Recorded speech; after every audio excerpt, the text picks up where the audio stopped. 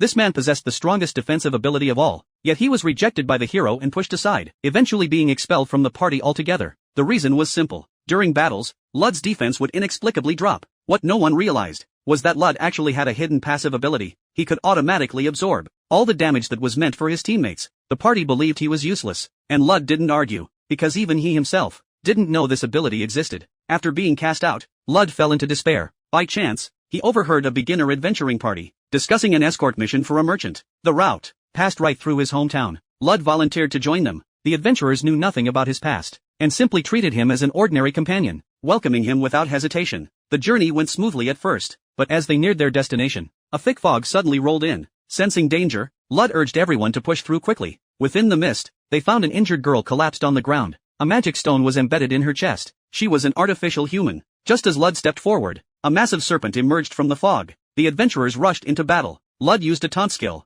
successfully drawing the serpent's attention. Poison came crashing down on him, but it had no effect. His shield was completely immune to toxins. With Lud covering them, the party launched a counterattack. In the end, the giant serpent was slain. When it came time to divide the loot, Lud declined his share. All he cared about was whether the girl was safe. Deep in the grasslands, he found the homeless girl again. Lud invited her to return with him to his hometown. The next day, the two said goodbye to the adventurers and began the journey home on foot. Along the way, Lud gave the girl a name, Luna. That night, while camping in the forest, 3 wild wolves suddenly appeared. Luna acted instantly, easily defeating them. But later, during their conversation, Luna admitted that she could only use magic and lacked close combat ability. She then demonstrated her skills. One of them was an extremely rare appraisal ability. Lud immediately asked her to appraise his own powers. When all of his abilities were revealed, he finally understood. What had once been dismissed as a useless skill was actually the ultimate ability, one that could bear all damage for others, return that power to his allies, and greatly enhance both defense and attack.